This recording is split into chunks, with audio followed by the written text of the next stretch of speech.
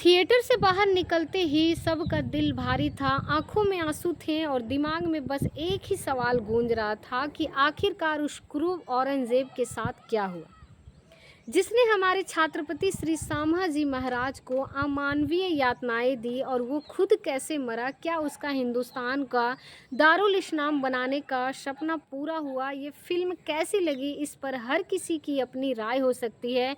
किसी को फिजूल्स ने प्रभावित किया तो किसी को बैकग्राउंड म्यूजिक ने झकझोर दिया और किसी को विक्की कौशल की एक्टिंग ने अंदर तक हिला दिया। लेकिन जब ऐसी ऐतिहासिक फिल्में बनती है तो हमें अपने व्यक्तिगत ओपिनियन से ऊपर उठकर इन्हें सपोर्ट करना चाहिए।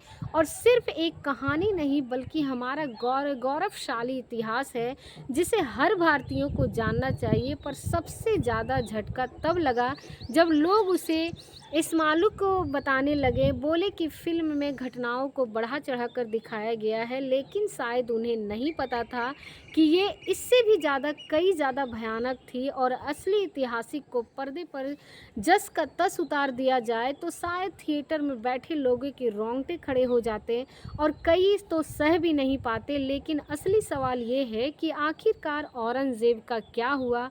क्या उसने अपने मासूबे पूरे कर लिए? क्या वो दिल्ली लौट सका या फिर नियति ने उसका ऐसा अंत लिखा जिसकी कल्पना खुद उसने भी नहीं की होगी?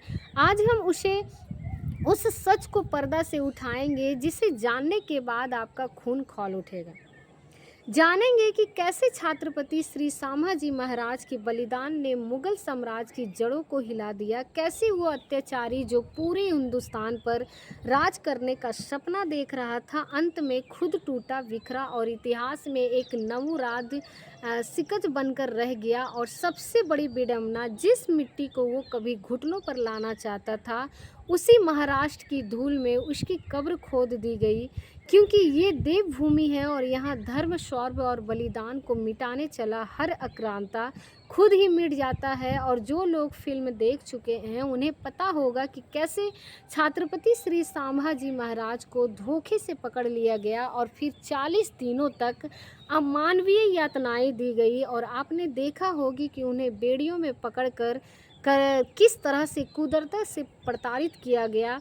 फिल्म में कुछ दृश्य दिखाए गए, नाखून उखाड़ना, जलती हुई साड़ियों से आंखों को वेदना, लेकिन जो हुआ उससे भी ज़्यादा भयानक था। इतना भयानक था कि उसे पर्दे पर उतारना मुमकिन नहीं था। पर कहानी यहीं ख़त्म नहीं होती है। 12 मार्च 1689 छात्रवृत्ति संभाजी महाराज की बलिदान के बाद उनकी माता महारानी यशोबाई ने उनके छोटे भाई राजा राम को मराठा साम्राज्य का नया छात्रवृत्ति घोषित किया।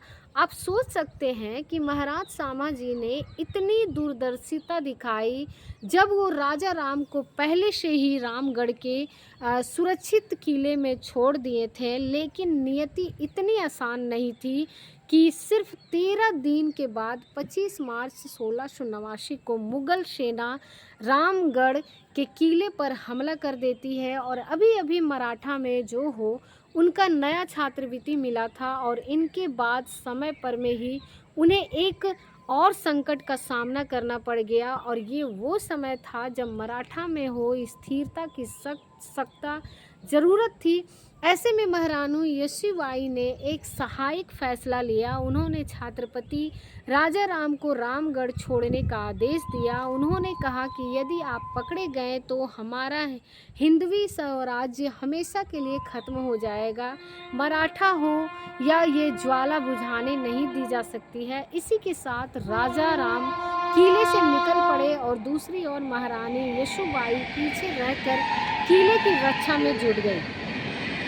6 महीने तक उन्होंने और उनकी सेना ने मुगलों को रायगढ़ में घुसने नहीं दिया। लेकिन फिर वही हुआ जो हर युद्ध में होता आया है, गद्दारी फोर्ट की रक्षा कर सूर्य की विज्ञान मुगलों से जा मिले और उन्होंने गढ़ की सुरक्षा भेद से ही बस की और यही वो क्षण था जब रामगढ़ का पतन हो गया और औरंगजेब अब छत्रपति सामाजी महाराज की पत्नी महारानी यशोबाई और उनके पुत्र शाहू राजे को अपनी कैद में ले लेता है, परंतु उन्हें मारता नहीं है। अब सवाल यह था कि क्या ये खेल यही खत्म हुआ या फिर मराठा में हो या चिंगारी एक दिन ऐसा तूफान बनेगी जो पूरे मुगल साम्राज्य को जलाकर राख कर देगी। इसका जवाब वही इतिहास देता है जिसने देखा है कि मुगलों का सूर्य धीरे धीरे अस्त होता गया, लेकिन जब मराठा का स्वराज अत्यता फिर से खड़ा हुआ तब आप सब ने मन में यही सवाल उठ रहा होगा कि आखिर औरंगजेब ने महारानी यशोबाई और शाहू राजू को जिंदा क्यों रखा। तो क्या उसके अंदर अचानक दया आ गई, क्या ये नरमी दिखाने लगा। लेकिन औरंगजेब का दया ये तो वैसा ही था जैसे आग में ठंडक तरसना। ये वही औरंगजेब था जिसने अपने ही पिता शाहजहां को जेल में सड़ने के लिए छोड़ दिया, जिसने अपने बड़े भाई दारा सिकों का सिर कटवाकर उसे तस्करी में सजाकर भेज दिया और अपने सगे बेटे को कैद में तिल तिल कर मरने दिया ताकि कोई उसका तख्ता छीन न सके। क्या ये ऐसा इंसान अपने सबसे बड़े दुश्मन के परिवार को सिर्फ रहम में छोड़ सकता है? बिल्कुल नहीं। औरंगजेब के लिए हर इंसान सिर्फ एक मोहरा था, कोई प्यादा कोई वंजीर, और शतरंज के इस खेल में वो सिर्फ अपने तख्ते को बचाने के लिए चाले चलता था। महारानी यशोबाई और शाहू राजे को जिंदा रखना भी उसकी एक गहरी साजिश थी, लेकिन वो क्या चाल थी इसकी जवाब तो आगे मिलेगा। पर पहले समझिए कि जब औरंगजेब ने रामगढ़ पर कब्जा कर लिया तो उसे लगा कि अब पूरा ढक्कन उसके पैरों तले होगा, लेकिन वो भूल गया था कि उसने सिर्फ एक किला जीता था, दिल नहीं, कि जिसे कुतरता से ने उसे छत्रपति संभाजी महाराज को यातनाएं देकर शहीद किया था और उसने मराठों के खून में आग भर दी थी। जो मराठे अब तक बटे हुए थे अब वो एकजुट हो चुके थे, जिनकी तलवारें अब तक अपने अपने कीलों के लिए उठ रही थी, अब वो एक मकसद के लिए चमकने लगी थी, बदला। और यही बदले की आग भी अपने मुगलिया ताकत की जड़ों को हिला दिया और छत्रपति राजा राम अपने मुगलों से बचते हुए लगातार आगे बढ़ते रहे और पहले प्रतापगढ़ फिर विशालगढ़, लेकिन मुगलों की सेना उनके पीछे थी और उनकी कमान संभाल रहा था जुल्फिकार खान। ये बड़ी जुल्फिकार खान था जिसने मराठा को ही खत्म करने की कसम खा रखी थी। उसने रास्ते में पहनाल किले पर हमला किया और उसने जीत भी लिया, लेकिन उसका असली मकसद था छत्रपति राजा राम को पकड़ना और वो विशालगढ़ की ओर बढ़ा। लेकिन इससे पहले कि मुगलों की तोपें गरजती, छत्रपति राजा राम वहाँ से निकल चुके थे और वो सिर्फ एक भागना नहीं था, ये राजनीतिक की अंतता था। वो तमिलनाडु की निजी किले में पहुँचे और एक अवैध काला जिसने मराठा को एक नया ठिकाना दिया और यही उन्होंने औरंगजेब के खिलाफ अपनी जंग जारी रखी। जब तक मुगलों को लगने लगा कि मराठा खत्म हो चुके हैं, उन्हें लगा कि छत्रपति संभाजी महाराज की बलिदान के बाद मराठा साम्राज्य ढह जाएगा, लेकिन यहीं से कहानी पलटने लगी। मराठा की हार नहीं हुई, बस अब उनका कमवेट शुरू हो गया था। और संगमेश्वर की उस काली रात के बाद जहां छत्रपति संभाजी महाराज को छल पूर्वक पकड़ा लिया गया था, मराठा हो या फिर हौसला तोड़ने की कोशिश शुरू हो गई थी। मुगलों को लगा कि अब मराठा साम्राज्य पूरी तरह ख़त्म हो जाएगा, लेकिन उन्हें ये नहीं पता था कि मराठा कभी हारते नहीं हैं, बल्कि हर चोट के बाद और ताकतवर होकर लौटते हैं। किले के भीतर हलचल मची थी, माहौल में बेचैनी थी। छत्रपति राजा राम जी गहरे विचारों में डूबे थे।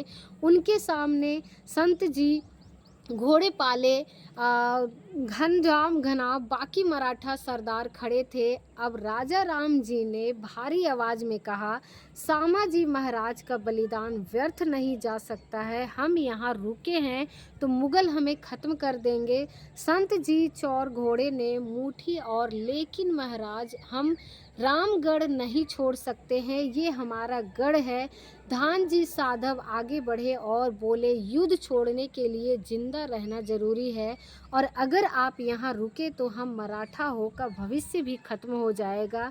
हमें युद्ध भूमि को बदलना होगा। राजा राम जी ने गहरी सांस ली और आदेश दिया कि रायगढ़ को बचाने के लिए हमें इसे छोड़ना होगा और हमें दक्षिण जाऊंगा, लेकिन युद्ध जारी रहेगा। और इधर औरंगजेब रामगढ़ जीतने के बाद उत्साहित था। उसने अपने दरबार में घोषणा की कि मराठे अब खत्म, हिंदुस्तान पर मेरा पूरा कब्जा होगा। लेकिन ये उसकी सबसे बड़ी भूल थी। उसने सोचा कि अगर उसकी सबसे बड़ी भूल थी और वो महारानी यशोबाई और शाहू राजे को जिंदा रखेगा तो मराठे खुद हार मान लेंगे। और एक मंत्री ने पूछा, जहां पन्हा सामा जी को मार दिया गया, लेकिन इन दोनों को यूं क्यों छोड़ रहे हैं? तो औरंगजेब ने कुर हंसी और कहा कि अगर मैंने इन्हें मार दिया तो मराठे और भड़क के, लेकिन अगर इन्हें कैद कर लिया गया तो उनमें फूट डालना आसान होगा। मुगलों की ये चाल बहुत खतरनाक थी। वो जानते थे कि अगर शाहू राजे को अपनी ओर लाना है तो मराठे के बीच में झगड़े शुरू हो सकते हैं। और इधर राजा राम जी ने रामगढ़ छोड़ दिया और मुगलों की नाक के नीचे ही निकलकर विशालगढ़ पहुंचे, लेकिन मुगलों ने उसका पीछा नहीं छोड़ा और जुल्फिकार खान हर तरफ से हमला कर रहा था। घना जी साधव ने कहा, महाराज यहाँ रुकना ठीक नहीं है, हमें और आगे बढ़ना होगा। और राजा राम जी ने सिर हिलाया और कहा, हमेशा जीतने के लिए कुछ कदम पीछे हटाना भी पड़ता है, और विशालगढ़ छोड़ो, आगे बढ़ो। मराठा सेना आगे बढ़ी। प्रतापगढ़ और विशालगढ़ के किले उनके हाथ से निकले गए। मुगलों ने पहना का किला भी जीत लिया, लेकिन राजा राम जी एक के बाद एक युद्ध भूमि बदलते रहे ताकि मुगलों को कभी स्थिरता ना मिले। आखिरकार वो तमिलनाडु के झांसी किले में पहुंचे और एक मराठा सरदार ने कहा, महाराज अब हम यहाँ सुरक्षित हैं। लेकिन तब तक राजा राम जी मुस्कुराए और बोले, युद्ध कभी खत्म नहीं होता, हम यहीं से औरंगजेब की तबाही की शुरुआत करेंगे। अब मराठा राजनीतिक बदल गई थी। राजा राम जी ने किले से योजनाएं बना रहे थे और उनकी सेना गोरिल्ला युद्ध शुरू कर चुकी थी। शांत जी घोड़पेड़े ने युद्ध का सहारा लिया, बिगुल बजाया और कहा कि हम मुगलों को चैन से नहीं रहने देंगे। और घना जी साधव ने हंसते हुए तलवार खींची और हम दिन में नहीं रात को लड़ेंगे। मुगलों को लगने लगा कि मराठे हवा में घुल गए हैं। अब क्या हुआ, एक मराठों ने मुगल सेना की सप्लाई चेन तोड़नी शुरू कर दी तो दो महाराष्ट्र और कर्नाटक की मुगल सेनाओं के बीच समन्वय खत्म कर दिया और तीन मराठा नौसेना ने सूरत की समुद्री रास्तों को काट दिया, जिनसे राशन और हथियार मुगलों तक नहीं पहुंच सके। सारे मुगल अब दो भागों में फंस चुके थे, महाराष्ट्र में अलग, कर्नाटक में अलग। उनके सैनिक थक चुके थे, सप्लाई खत्म हो चुके थे। मराठे हर रोज किसी न किसी जगह से हमला कर रहे थे। एक मुगल सेनापति ने औरंगजेब से कहा कि जाप न मराठे रुक नहीं रहे हैं, हर रात हमें मार कर चले जाते हैं। और औरंगजेब गुस्से में चिल्लाया, ये कैसे मुमकिन है, मराठे तो खत्म हो चुके हैं। लेकिन हकीकत क्या थी कि मराठे खत्म नहीं हुए थे, बल्कि अब वो और ज़्यादा खतरनाक हो चुके थे। औरंगजेब ने पूरी ताकत लगाई लेकिन मराठों को नहीं हरा पाए। मराठा योद्धाओं ने गोरिल्ला युद्ध ने उसे निचोड़ दिया और 1707 में औरंगजेब मारा गया, लेकिन मराठे जिंदा रहे। सामाजी महाराज का बलिदान व्यर्थ नहीं गया। वो आग जो औरंगजेब बुझाना चाहते थे अब पूरे हिंदुस्तान में उठी और एक मराठा सैनिक ने ऊंची आवाज में कहा, सामाजी महाराज मरे नहीं हैं, वो अमर हो गए हैं। और हर हर महादेव की गूंज अब सिर्फ महाराष्ट्र ही नहीं पूरे भारत में सुनाई देने लगी। और यहीं से शुरू हुआ मराठा साम्राज्य का असली उत्थान। और ये सदी भरी रात थी 14 दिसंबर 1692। मुगलों को लग रहा था कि सांताजी घोड़गाड़े को हराना आसान होगा, लेकिन उन्हें क्या पता था कि मराठा का असली युद्ध मैदान वही था जहां उन्हें दुश्मन सबसे कमज़ोर पड़ते थे। मुगल सेनापति अली मर्दान खान को, जो खुद अपराजय का समझता था, सांताजी के सामने कुछ ही घंटों में घुटनों पर दौड़ते हुए रहे और तलवारें चमकती रही। और मराठा सेना ने चारों तरफ से मुगलों को घेर लिया। और आज का युद्ध नहीं, ये मुगलों की पतन की शुरुआत है। सांताजी ने घोड़े की तमाम खींची और गरजते हुए बोले, अली मर्दान खान की सेना देख नहीं पाई। हमला किस तरह से हुआ? मराठा ने हर दिशा को ऐसा हमला किया कि मुगल सैनिकों के पास भागने तक की जगह नहीं बची। और कुछ ही देर में अली मर्दान खान को जिंजी किले में बंदी बना लिया गया। और जैसे ही ये खबर जुल्फ़िकार खान तक पहुंची, उसकी हालत ख़राब हो गई। लेकिन जुल्फ़िकार खाने को अभी असली तूफान का अंदाज़ा भी नहीं था। वो संत जी और घाना जी ने दिसंबर 1692 में ही जुल्फ़िकार खान की सेना पर धावा बोल दिया था। ये कोई मामूली हार नहीं थी, बल्कि ऐसी तबाही थी कि जुल्फ़िकार खान को तुरंत मराठा से ही शांति समझते हुए याचिका दायर करनी पड़ी। अब मुगलों को भी मराठों की असली ताकत समझ आ रही थी। धानाजी साधव ने तलवार घुमाते हुए कहा, लेकिन ये तो बस शुरुआत है। सांताजी मुस्कुराए और बोले, अब मराठा ही गूंज हर तरफ थी। सांताजी घोड़पड़े की दहशत इतनी बढ़ चुकी थी कि कसीम खान ने चित्रदुर्ग के डेटोरी के मुगल किले में छिपने में ही समझी। लेकिन सांताजी ने इसे बख्शने का इरादा नहीं किया। उन्होंने पहले उस किले की सारी सप्लाई चैन काट दी और कोई राशन नहीं, कोई मदद नहीं। मुगल सेना अंदर बैठी भूख से तड़प रही थी।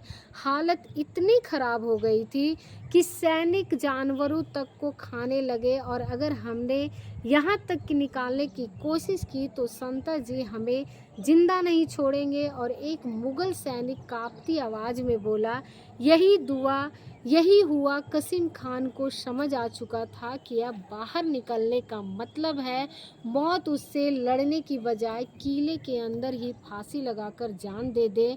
मुगल सेना बड़ी थी, लेकिन उसकी ताकत थी हाथी और तोपें, लेकिन पहाड़ियों में ये सब बेकार थे।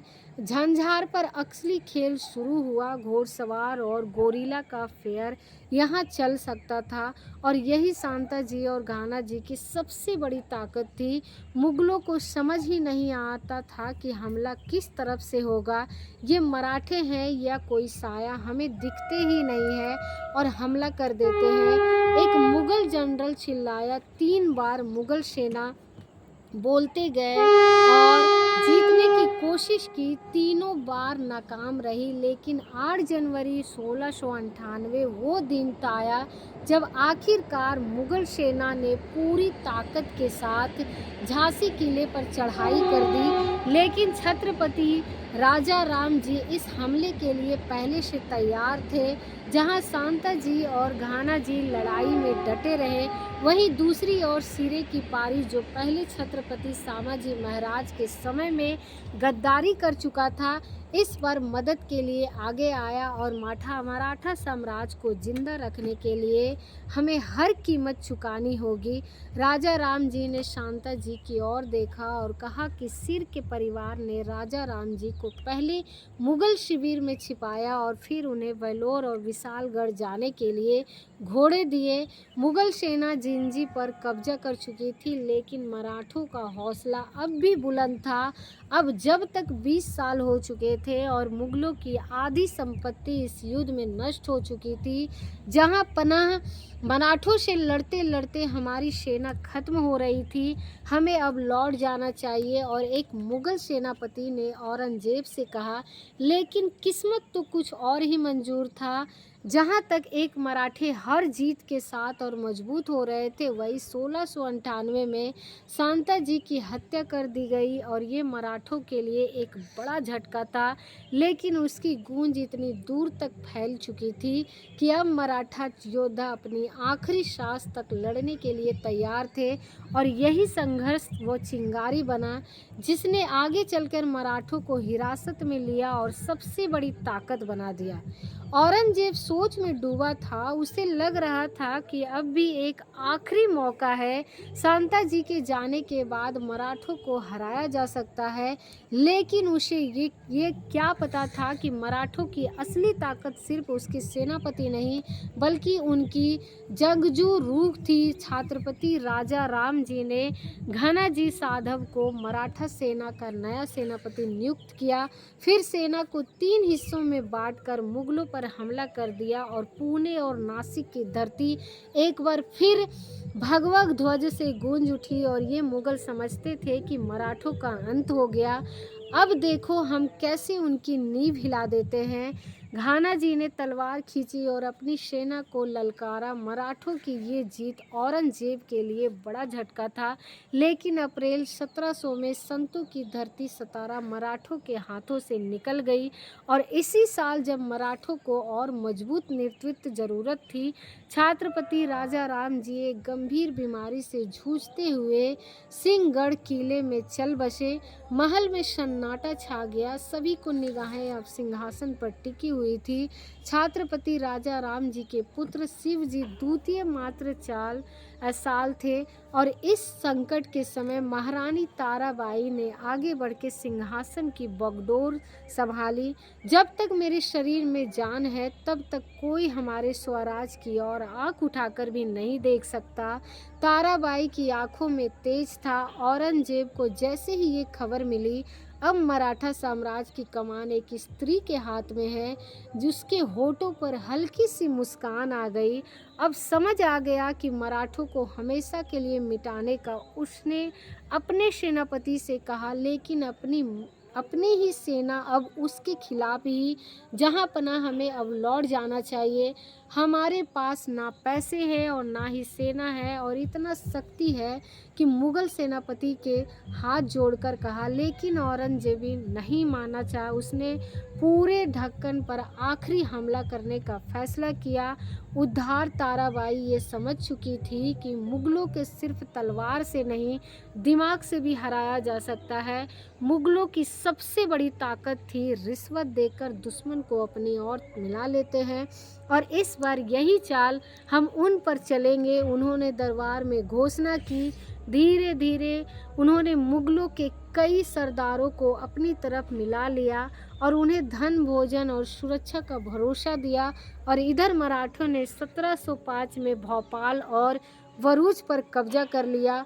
अब मुगल हमारी ताकत का अंदाजा भी नहीं लगा सकते थे। मराठा सेनापति हंसते हुए बोले, 1706 तक मराठों ने कई और प्रदेशों को अपने अधिकार में ले लिया, और औरंगजेब को अब समझ में आ चुका था कि ये जंग, ये जीत नहीं हो सकता।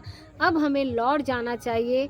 और मुगल सेना में कानाफूसी होने लगी, लेकिन औरंगजेब अब इतनी दूर आकर वापस नहीं जा सकता था। वो महाराष्ट्र की धरती को छोड़ना नहीं चाहता था, पर इतिहास ने उसकी कहानी कुछ और ही लिखी थी। 21 फरवरी 1707 की रात वही औरंगजेब को कभी पूरे हिंदुस्तान का बादशाह था, अब एक बीमार और हारा हुआ बूढ़ा आदमी बन चुका था। दिल्ली जाने की उसकी ख्वाहिश अधूरी रह गई।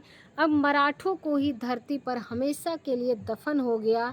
जो सम्राट दूसरों को सिर्फ अपने प्याद की तरह देखता था, वही अपनी आखिरी सांसों में इस डर में जी रहा था कि उसके बाद मुगल साम्राज्य टिक पाएगा या नहीं। 1707 का साल था। दिल्ली के तख्त पर अब औरंगजेब का बेटा बहादुर शाह प्रथम बैठ चुका था, मगर उसकी एक चाल बाकी थी। उसने शाहू राजे को जिंदा तो छोड़ दिया, लेकिन महारानी यशोबाई को कैद में ही रखा। इसके पीछे उसकी साजिश भी, भले ही मुगल मराठा साम्राज्य को पूरी तरह जीत न पाए, लेकिन जो भी अगला मराठा छत्रपति बने वो उनकी उंगलियों पर नाचता रहे। जब शाहू राजे ने मराठा साम्राज्य की गद्दी पर अपना दावा ठोका तो राजमाता ताराबाई के साथ उनका टकराव शुरू हो गया और मराठा दरबार में खलबली मच गई। मराठों की एकता से ही हमारा स्वराज्य बचा रहेगा, और एक बुजुर्ग सरदार दरबार में आवाज़ उठाई। कई सरदार इस संघर्ष से ऊपर उठकर सोचने लगे। मराठों ने समझदारी से काम लिया और अंततः साधु राजे को छत्रपति घोषित कर दिया गया। अब हालत बदल चुके थे। साहू महाराज के शासन में मुगलों की शक्ति और भी कमज़ोर पड़ने लगी। मुगलों की जड़ें धीरे धीरे उखड़ रही थी। 4 जुलाई 1719 को मराठों ने आखिरकार एक और बड़ा झटका दिया। उन्होंने बहादुर शाह की कैद से महारानी यशोबाई को जीवित छुड़ा लिया था। मराठों की ज़बरदस्त कमबैक का वक्त। लेकिन उधर औरंगजेब की हालत क्या थी? अब वो 86 साल का हो चुका था। कभी पूरे हिंदुस्तान पर राज करने का ये बादशाह अब महाराज एक बूढ़ा, थका हुआ और टूटा हुआ आदमी बन गया था। मैंने ढक्कन को जीतने की कसम खाई थी, अब ये धरती मेरी सबसे बड़ी हार बन गई। और वो बड़बड़ा आया और अपने जीवन की आखिरी 24 साल उसने ढक्कन में झोंक दिए, लेकिन हासिल कुछ नहीं हुआ।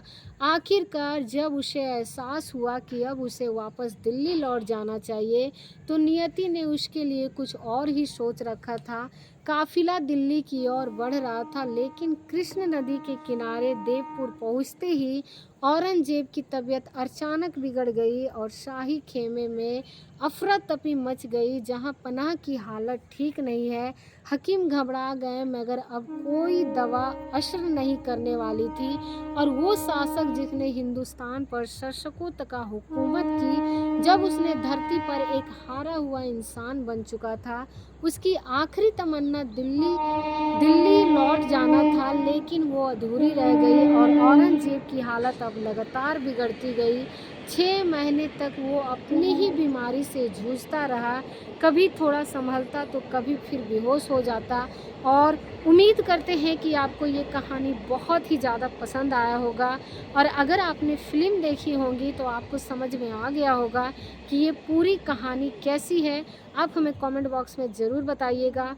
मिलते हैं ऐसे ही किसी नई ऐतिहासिक कहानी के साथ। तब तक के लिए आप सभी लोगों का बहुत बहुत धन्यवाद। और अगर अभी तक आपने हमारा चैनल को सब्सक्राइब नहीं किया है तो हमारे चैनल को सब्सक्राइब कर वीडियो को लाइक ज़रूर करें, और अगर हमारी मेहनत पसंद आए हो तो एक लाइक ज़रूर कीजिएगा। मिलते हैं ऐसे ही किसी नए वीडियो के साथ। तब तक के लिए आप सभी लोगों का बहुत बहुत धन्यवाद।